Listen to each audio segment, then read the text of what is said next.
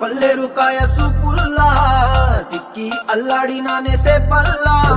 పసిడి పచ్చాని అరసేతుల్లా ధర పోస్తా ప్రాణాలు తానే అడగాల సీతా